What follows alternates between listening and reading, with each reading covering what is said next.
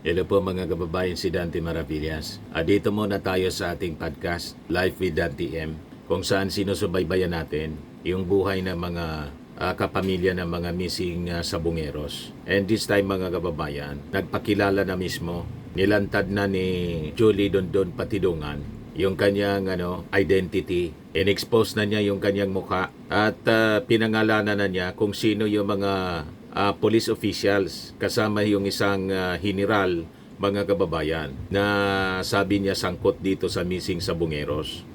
Ito po si Julie Dondon Patidungan sa pagharap niya sa media mga kababayan after na mag-file siya ng complaint sa National Police Commission laban doon sa mga opisyal ng PNP kasama ng presscon yung mga kapamilya ng mga missing sabungeros. Ayan po.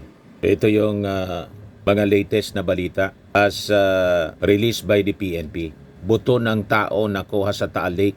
General, dosing pulis na bata ni Atong Ang hinubaran. Ibig sabihin, in-expose na po kung sino-sino. Pinangalanan na kung sino-sino ito mga opisyal ng PNP. At sabi nga natin mga kababayan, dito ninyo maintindihan kung bakit naging defensive po yung mga DDS sa ginagawang investigasyon. Kasi lumalabas po, the same police officials, police personalities involved sa missing sabungeros, involved din po sa AJK, sa war on drugs. Kaya pilit nang sinisira po ang kwento itong investigasyon ng ating Department of Justice at ng PNP. Pilit na sinisiraan po ng mga DDS. So alam na ninyo ang gusto nilang pagtakpan, i-shield. Kasi nagiging seryoso po ang mga lumalabas na kwento. Talagang may mga malalaking pangalan na involved other than yung mga pinangalanan na po. Kaya pati po yung mga sako na nakukuha po na may laman ng buto, suspected to be skeletal remains ng mga missing sabungeros, pinapalabas ng mga DDS planted, pinagdududan, ini-smear po ng mga DDS vloggers. Ganon katindi po ito. So sabi dito sa balita, pinangalanan na ng whistleblower na si Julie Patidungan alias Totoy ang mga pulis na sangkot umano sa pamamaslang sa mga nawawalang sabungero. So pumunta si Patidungan sa opisina ng Napolcom kahapon po para formal na magsampa ng reklamong administratibo laban sa dosing mga pulis na ang sabi bata ng negosyante at gaming tycoon na si Charlie Atong Ang.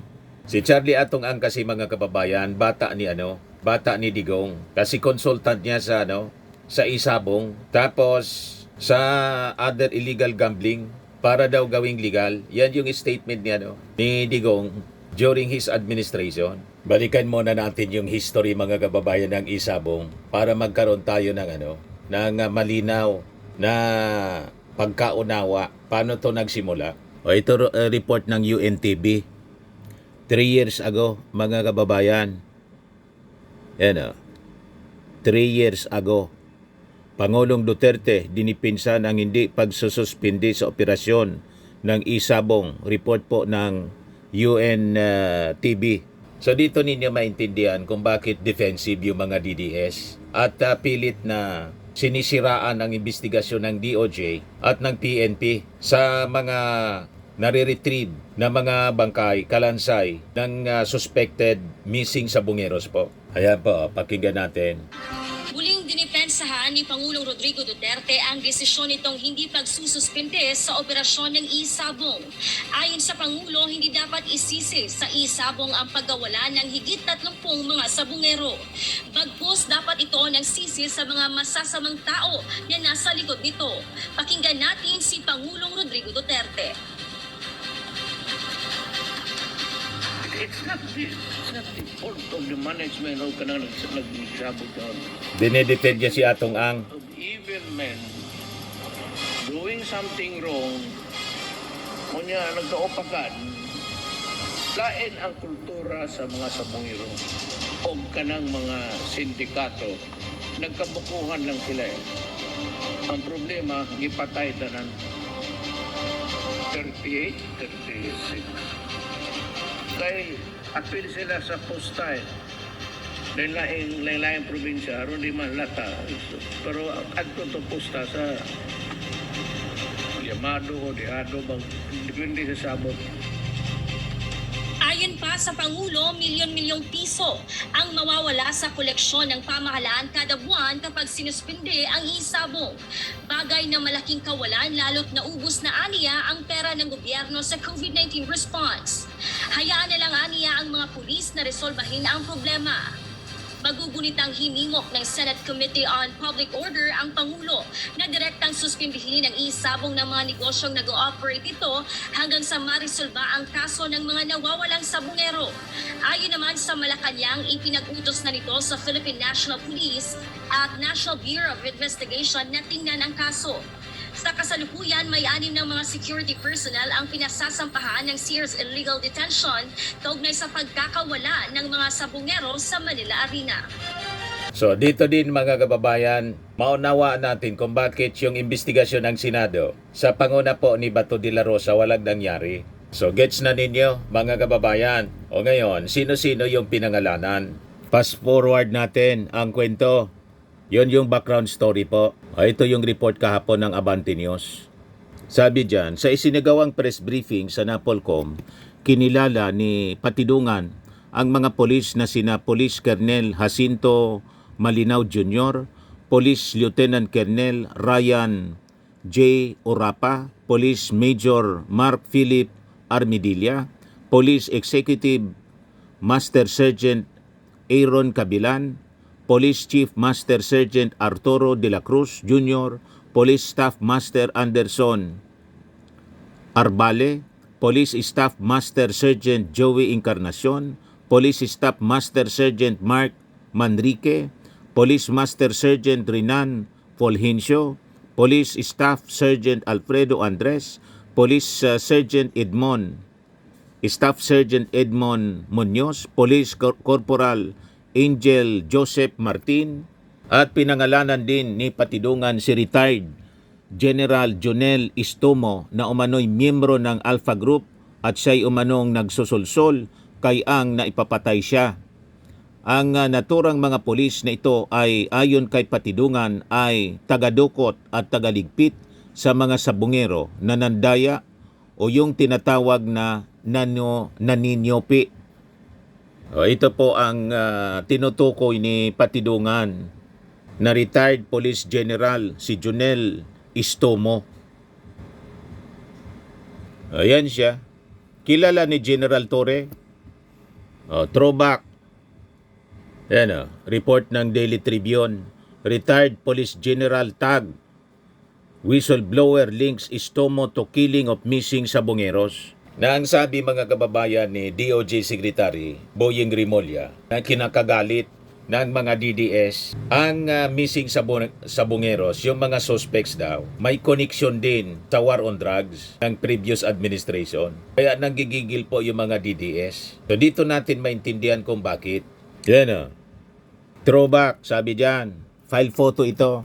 Police Lieutenant General Jonel C. Istomo, left, who has been tagged in the case of missing sabongeros is seen in this August 2022 photo with then Quezon City Police District Director Police Brigadier General Nicolas Torre III following the seizure of 25 kilos of shabu. At the time, Istomo was acting chief of the National Capital Region of Police Office. Torre now serves as chief of the Philippine National Police. So si General Torre, ito yung pinagkakatiwalaan ni Patidungan. Kaya siya lumabas kasi sa paniwala ni Patidungan, si General Torre hindi kayang bilhin, hindi kayang suhulan. Madaling sabi, matinong pulis itong si General Torre sa paniwala po ni Patidungan. So, in a press conference at UP Diliman's University Hotel before the Napolcom filing, Patidungan also accused Ang of threatening him and attempting to buy his silence. He declared that he could not be bribed by Ang, who would end up spending all his money to try and stop him. Sabi po ni Patidungan, he came forward out of fear for his family's safety and because the families of the missing Sabongeros were depending on him to obtain justice. Trineten kasi daw, mga kababayan, napilitan siyang lumabas na para tablahin siguro si Atong Ang. Yan ang kanyang intensyon kasi gustong ubusin yung kanyang pamilya. So naisip ni Patinungan, before pang maubos sila, ilalantad niya kung sino, at inilantad na nga niya, pinangalanan niya kung sino ang mastermind ng missing Sabongeros. So, tinabla niya ngayon, mga kababayan. At ito'y dahil din nakakuha siya ng pagkakatiwalaan na sa tingin niya hindi mabibili ang pagkatao, and that is General Torre. So sabi po dito, at the NAPOLCOM briefing, Patidungan reiterated that Istomo was part of Ang's inner circle and was consulted on major decisions involving the online sabong operations. He alleged that the Sabongeros were murdered by rogue police officers working for an online cockfighting syndicate after they were accused of match fixing. Neither Istomo nor Ang has responded to the allegations. Itong si Istomo, member ng Philippine Military Academy Tanglao, Diwa Class of 1992, was born in Tagbilaran City sa Bohol. On November 25, 1968, known for his operational experience in Luzon and Mindanao, he has held several PNP posts across the country. In 2009, he was recognized for heading the Pangasinan CIDT that was named Best Provincial Unit during the PNP CIDG's 56th founding anniversary. He rose to become commander of the Area Police Command, Southern Luzon in 2024 before retiring. Nasayang, mga kababayan. Pero sabi nga natin, ito mga suspects pa man lang po, including Ang. So until proven guilty beyond reasonable doubt, ang tingin ng batas sa kanila are still innocent. So lagi natin yan pong nililinaw sa ating mga broadcast. Yun ang dapat na trato natin sa mga suspects. So during a 2022 Senate hearing, then NCRPO Regional Drug Enforcement Unit Chief Orapa was questioned about his ties to Ang. Senator Ronald Bato de la Rosa revealed that Orapa's wife was allegedly a shareholder in POV Security Agency Incorporated, which had contracts with Ang's Pitmaster Group. NAPOLCOM Vice Chairperson and Executive Officer Rafael Vicente Calinisan said that 12 officers will be placed under preventive suspension while administrative charges are being evaluated. So, kung walang nangyari po sa Senate investigation, alam na ninyo po, so far siguro, with all these developments, kung bakit nagkaganon. Walang naging resolusyon. And this time, nadumulog na sa present administration kasi walang nangyari sa previous administration sa missing Sabongeros. Ang narinig na natin sa bibig ni Digong sa isang press statement niya, nasa paniwala niya daw yung mga missing Sabongeros kaya hindi nakukuha kasi sinunog. Kaya nga, ang sabi natin kahapon, bakit alam ni Digong na sinunog? At nang magsagawa ng retrieval operation yung Philippine Coast Guard, confirm po, sunog yung mga buto ng mga missing Sabongeros. Manghuhula ba, mga kababayan, si Digong o may nagsabi sa kanya? Bakit niya alam na sinunog at na-confirm na sinunog nga? Ayan o. Human animal bones recovered from Taal Lake and missing Sabongeros search, sabi ni General Torre. Halo-halo na kasi. Alam niyo naman, may farm dyan sa lugar na yan. May farm ang Taal, as farming yan. So andyan na lahat ng makikita natin. May mga na-recover na mga animal remains, may human, sabi po ni Torre. Mix-mix na ang ating mga tinitingnan ngayon. Kaya kasama sa ating processing dyan, ang mag-differentiate kung ito ba ay animal origin o human origin, sabi po niya. The bones have been turned over to police for forensic examination, and DNA testing will be conducted to determine if they match any of the families of the missing Sabongeros. At least 34 cockfighting enthusiasts have been reported missing from 2021 to 2022 allegedly due to disputes involving match fixing and cheating in cockfighting games. So yun mga kababayan ang mga developments ng balita. Ito, pakinggan ninyo si Patidungan. Pasalamat ako sa Panginoon na hanggang ngayon buhay pa ako. Salamat sa mga kamag-anak na nandito ngayon, lalo na sa social media, sa ating mahal na Pangulo, sa SOJ, Crispin Remulla sir, sa ating PNP na siya ang nagpalakas loob para ako lumantad dahil alam ko siya lang yung tao na hindi kayang bayaran ni Mr. Alungang.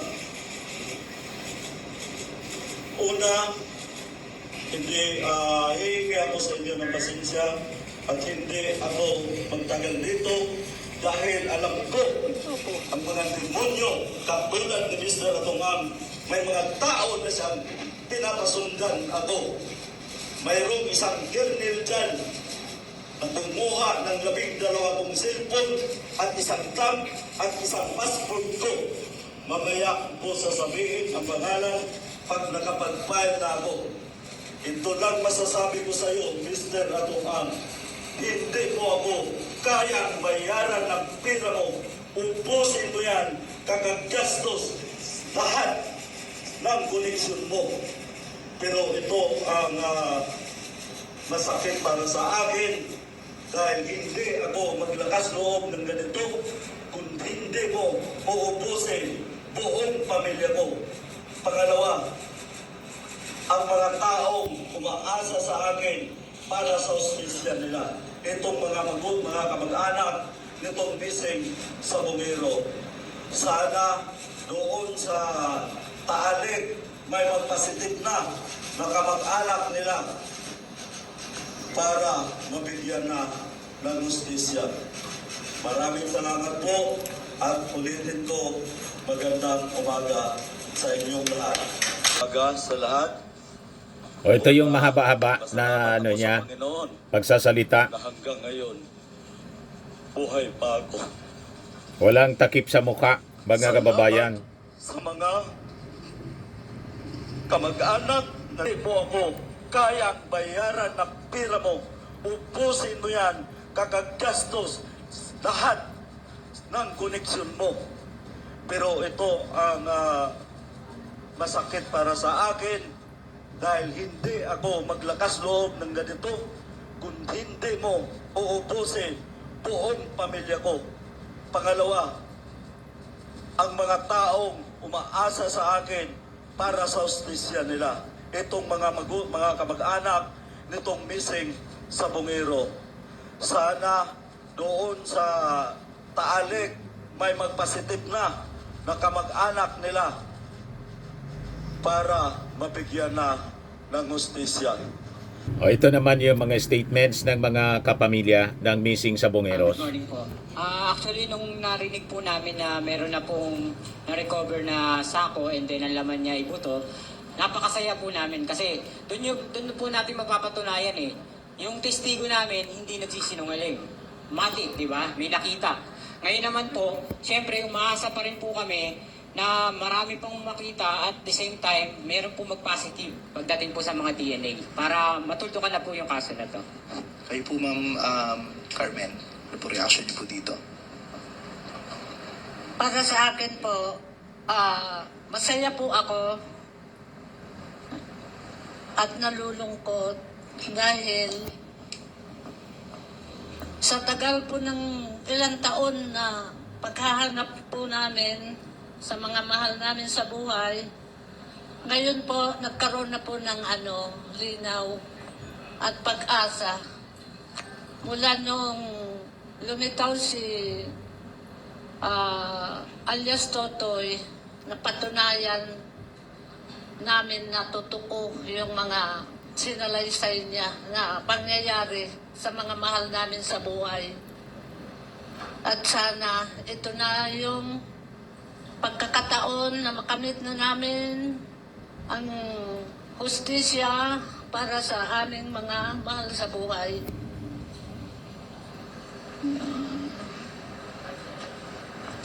Ang masasabi ko lang po, talagang napakalaking pagpapasalamat namin sa PNP, sa mga pagpupursige nila at lalong-lalo na kay alias Totoy. Nagpapasalamat kami talaga sa kanya dahil naituro niya kung nasaan yung mga mahal namin sa buhay. Masaya po kami dito. Salamat talaga sa lahat ng mga tumutulong sa amin. Yan lang po. Coast Guard, actually hindi talaga madali yung ginagawa nila. So, nakita namin yung video sa ilalim, medyo malabo. Pero these people are also risking their lives para masagot yung tanong natin at malaman talaga yung katotohanan. Pinagdarasal ho namin kayo kay Commodore Tovillo and his team. Kami ho ay nagpapasalamat. Talagang alam namin nung hindi ganun kadali. Pero magtsatsaga ho kami na magantay para mas marami pa ang makuha niyong ebidensya para mapatunayan na talagang may mga taong inilagay doon. Maraming salamat po. Kasi may lalakarin pa po yung Panginoon. Magandang umaga po. Afternoon po. Yes. I'm Barnaby Lowe from Al Jazeera. So, bali, foreign media po. So, just for the benefit of our international audience, kasi medyo mas wala po silang idea sa nangyari na ito, gaano po kahirap para sa inyo yung last 3 or 4 years na nawawala yung mga kamag-anak ninyo, walang nangyayari sa kaso, at ngayon po sa nangyayari ngayon sa yung search na nangyayari sa Taal Lake, gaano po yung kumpiyansa ninyo na finally magkakaroon na ng hustisya? Hustisya meaning, kasi dinidiin niyo po si Mr. Atong Ang, so I guess ang hustisya para sa inyo is makonvict po si Mr. Atong Ang. Sa aming pamilya at sa lahat din naman po, yung 4 years po na nagdalayan, sobrang napakahirap po. Unang-una po, sa kuya ko na lang po. Yung kuya ko po, 5 po ang anak niya. So isipin nyo, within 4 years, siya lang po ang source of income. Gano'n po kahirap sa amin yun. Ang nanay ko, sobrang hirap na sa kanya kasi tagal niya nang hinahanap. At secondly po yung tatay ko, namatay na lang po siya, kakaantay sa kuya ko. Grabe. Gano'n po kasakit para sa amin yun. Lagi siya lumalabas bago siya mamatay, inaantay niya ang kuya ko. Binabanggit niya ang pangalan ng kuya ko. Tindi. So napakasakit po para sa amin, lalo-lalo po dun sa mga anak niya. Ang alam po ng mga anak niya, pinagbalaga lang ng manok, nandun lang sa isang lugar, nagbabakasyon.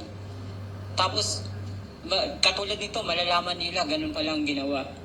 Nagpapasalamat lang ako kasi sa anak niya, meron nagpursige. Gumraduate po siya ng cum laude, talagang pinakita niya. At least, ang iniisip niya po kasi dati, pag-uwi ng tatay ko, pag-uwi ng papa ko, may pagmamalaki ako sa kanya. Nasaan pa po yung pagmamalaki niya na yun? Gaano po kasakit para sa amin yun? Diba? Sa amin, kwento pa lang po ng pamilya ko yan. Ano pa po yung kwento ng ibang pamilya? Diba po? Tapos naman sa nakuhang remains, napakalaki pong pag-asa para sa amin yun. Kasi unang-una nga, like na sinabi ko kanina, may witness kami, pinatotohanan ng witness kung nasan yung eto na po, eto yung resulta. At least, mapapatunayan natin na talagang totoo ang witness namin. Talagang credible siya. Diba? Tapos sasabihin nila, silang tao, disente. May disente po bang ganon? Ito na nga yung pagkakataon eh. Ito na yung papatunayan namin sa kanya kung gaano siya kadisenteng, kung talagang disenteng demonyo siya. Yun lang po. Yung 4 years na pinagdaanan namin hindi madali kasi lahat ng sinusumbungan namin, lahat yung binabago yung investigasyon. Nililito kami, binigyan kami Grabe ng mga... ba? Alam na kung bakit? Pinipilit kami kasuhan yung mga may-ari ng ibang sasakyan na parehong plate numbers. Papupuntahin kami sa police station, pakikita sa amin na full battle gear sila at sasabihin sa amin na, nakita nyo, nagtatrabaho kami, Diba? Kasi may nakita kami, nagpiping yung cellphone ng kapatid mo, dito yan. Sige kako. Tignan ko po kung meron kayong magandang balita. Mag-aantay ka kinabukasan pero hindi magte-text sa'yo. So, alam mo yun, wala kang mangyayari. Punta kami ng NBI. Sabi namin minsan, paano kaya to? Magmi-media po kami. Kaya, sasabihin sa'yo yung taga-NBI, ba't pa kayo magmi-media? Baka may kasalanan yung kapatid nyo. Baka nangyari niya, dinala Lahat niya sa kasabwat. farm, sinunog. Naririnig yun ng nanay ko. Napapaiyak kami kasi sabi namin, saan tayo pupunta? PNP, NBI, diba? Saan pupunta? Saan ka magsusumbong? Bukod sa Diyos na siya lamang ang kinapitan namin. Hindi nga namin next. So ganon din mga kababayan, kasi sabi ni DOJ Secretary Boying Rimulya, the same people, personalities involved sa missing sa Bungeros, involved din sa war on drugs, yung sa EJK. So hindi natin masisisi kung bakit yung mga victims ng EJK nung previous administration hindi nagkaso rito. Nag-file sila ng kaso sa ICC kasi because of that bad experiences nila, wala silang mapuntahan. Tulad nito nga missing sa Bungeros. So yun mga kababayan ang nakakalungkot. Kaya ngayon lang nagkaroon ng progress kasi bagong administrasyon na po. Expect itong si Dondon Patidongan Alam na namin siya even before na right hand talaga. Pero hindi namin alam. Talagang si Lord talagang mabuti. Binigyan kami ng tamang witness.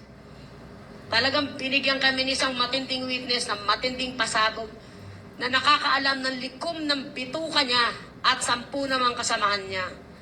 Kaya kami talagang mahirap yung pinagdaanan pero hindi pa rin kami sumuko Maraming attempt, bayaran kami, maraming parinig, maraming ganun. Yung bayad niya, kahit bigyan niya kami ng 1 milyon, bukas na mabubuhay yung kapatid namin. Hindi naman, di ba? So yung sinasabi niyang nandaya, mabalik tayo sa nandaya, para yung negosyo niya ay mas malaki pang kinita niya. Ano napala niya ngayon, di ba't mas malaki gastos niya kasi andyan. Maglalagay na naman. Alam naman natin kalakaran niya kasi na-experience namin Di ba? So alam mo yun, baliwala yun Baliwala yung naging idea niya. Maganda na sana yung negosyo niya. Pero umabuso Alam mo ang tao, pag umaabuso, pag sobra sa lahat, nagse-self-destruct. Ayun ang nangyari kay Atong Ang. Di ba? Gano'n naman yung iba So ngayon, nandito kami. Kung sana hindi niya ginawa, wala sana lahat tayo pare-pareho dito. Imagine, at saka hindi ako naniniwalang 15 pulis lang at yung mga cohorts nila. Ito lang ang gumimbal sa Pilipinas? Maniniwala ba kayong 15 lang to? At walang boss yan? At walang boss ng assistant to the assistant? Kalokohan, di ba? Nakaunti lang sila. Ang daming pinatay, 108 Si Dondo na nagsabi Di ba? Maaaring hindi niya ma-recall lahat, pero alam niya yon. Kasi he was there Kaya imposible. Ngayon, yung pinagdadaanan namin talagang hindi madali. Tinatanong kami, kung natatakot kami, bakit kami matatakot? Hindi kami natatakot sa inyo at sa lahat. Kasi kayo gumawa sa amin ng ganitong kasamaan Kayo ang matakot. Pero ang problema, hindi na kayo natatakot sa Panginoon Diba? Kung sinasabi mong disente ka, siguro mas disente kami sa inyo. Nagkukubli lang kayo sa magagandang gamit nyo, sa magagandang sasakyan, sa yaman nyo, pero bulok ang pagkatao nyo. So tumapang na sila mga kababayan, tulad ng testigo na si Patidongan, tumapang na siya, do or die. Kasi wala patay na yung kanilang mga mahal sa buhay. Si Patidongan, trineten yung kanyang buong pamilya na uubusin sila. So, walang choice kundi lumantad mga kababayan para tablahin yung mastermind. So ano yung lesson nito? Tulad ng sinabi po ng Mrs. na kanina nagsasalita, umabosoan niya Kaya nag-self-destruct. O ngayon, ito i-share ko sa inyong kwento mula sa Politico News. Ang sabi rito, si Atong Andaw nag-offer ng donation, campaign donation kay BBM nung tumatakbo ito na presidente. Pero ni-reject. Thanks but no bets. Marcos reportedly rejected campaign donations from Atong Ang. Ano yung possible reason, mga kababayan? Siguro, siyempre, matalino yung ating Pangulong Bongbong Marcos. At sa tagal niya sa politika, kilala niya kung sino yung mga tao na dapat niyang iwasan. So, nagets ninyo? Kasi, that is the usual, yung ginagawa ng mga involved sa, alam na ninyo, dumikit sa mga powerful people. Lalo doon sa mga tingin nila mananalo. So, possibly yun ang rason. Pero kilala ni BBM kung sino-sino sila. That could be the reason, mga kababayan, kung bakit ni-reject. Analysis man lang po natin. Yan ang sabi dito. According to an scooper familiar with the matter, Ang allegedly attempted to contribute to Marcos' presidential campaign in 2022. But the offer was declined outright. At the time, Ang was said to be a latecomer among political donors, having initially favored then Davao City Mayor Sara Duterte to make her own bid for presidency. Pero tingnan ninyo, kung isipin, katandem si Sara Duterte. Pero despite that, nang mag-slide si Sara to run for Vice President, then atong ang preference niya si Sara, gustong dumikit sa ating Pangulo, nag-decline pa rin. Nakita ninyo? So may something talaga po, malalim ang batayan ng ating Pangulong Bongbong Marcos sa pagtanggap kahit ng tulong sa kahit kanino. Pinipili pa rin niya. You see? Yes, sabi dito sa kwento. Instead, Duterte became Marcos' running mate, referring to Sara, and both went on to win by a landslide. In 2024, Ang reportedly made another offer, this time to support the alyansa para sa bagong Pilipinas senatorial slate, which is backed by Marcos. The second offer was also rejected, according to the scooper. Ang is currently at the center of a high-profile controversy involving the alleged abduction and killing of over 30 Sabongeros. He has denied all accusations, saying he is being targeted by former associates. So, with these stories, mga kababayan, piling up about the missing Sabongeros, maintindihan na natin kung bakit umaatake po yung mga DDS. Pilit na sinisiraan ang investigasyon, mga kababayan, na ginagawa ng DOJ, ng PNP. At mina-mindset na tayo, ang direksyon na niyan, isasabit si Digong. Ganun ang linya ng kanilang mga kwento, mga kababayan, sa social media. At sinasabi nila, mga kababayan, na ang mga skeletal remains na nakuha, 5 sako na daw, planted anya. Now you know kung bakit ganon. Yes, sabi ni Riz Gomez Terbio, bright and excellent decision, PBBM. Mahirap tumanaw ng utang na loob at gawing alipin ng billionaire sa bansa, lalo kung may illegal na mga activities ang sponsor. Sabi ni Rita Carisusa, pag gumawa ng mabuti, marami talagang magagalit. So, you see, PBBM, dami ng ginawang mabuti, pero sa mga DDS, worst president dyan. Diyan kayo mali. Sabi ni Mil Genter, sus, BBM is way richer than Ang. Sabi ni Ron Stories, cover up, laos na balita yan, ang mainit ngayon ang pagkamatay ni Tantoko. Kita ninyo, mga kababayan, ganon sila.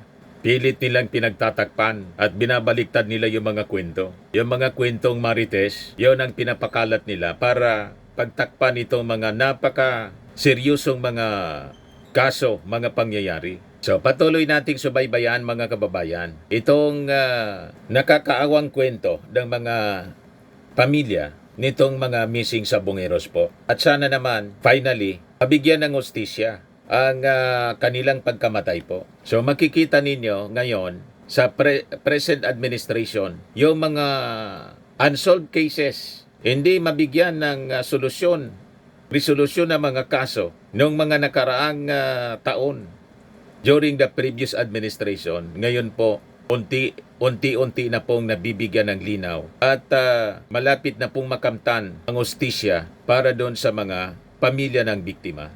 Kung hindi pa po kayo nakasubscribe dito sa ating podcast, Life with Dan TM, click subscribe po ninyo and share naman po ninyo sa inyong mga kakilala para alam ang totoong mga balita, hindi mga propaganda po. Hindi maloko sa mga kwento. At lagi nating tatandaan, you become what you believe.